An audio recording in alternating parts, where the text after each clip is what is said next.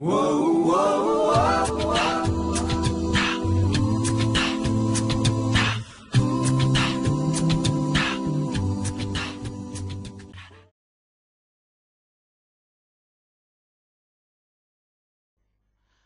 রেচন তন্ত্রের প্রধান অঙ্গ হল দুটো কিডনি। কিডনি দেখতে সিমের বিচির মতো, যা হাতের মুঠোর মতো বড়।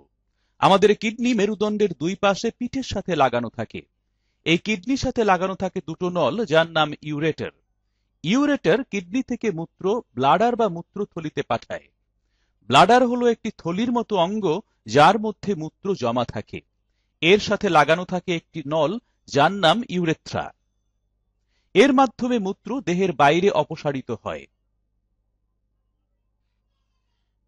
এছাড়াও কিডনির সাথে লাগানো থাকে লাল রঙের রেনাল ধমনী, যার মাধ্যমে রক্ত ছাঁকনের জন্য কিডনিতে প্রবেশ করে, এবং নীল রঙের রেনাল শিরা, যার মাধ্যমে পরিশ্রুত রক্ত কিডনি থেকে বেরিয়ে যায়।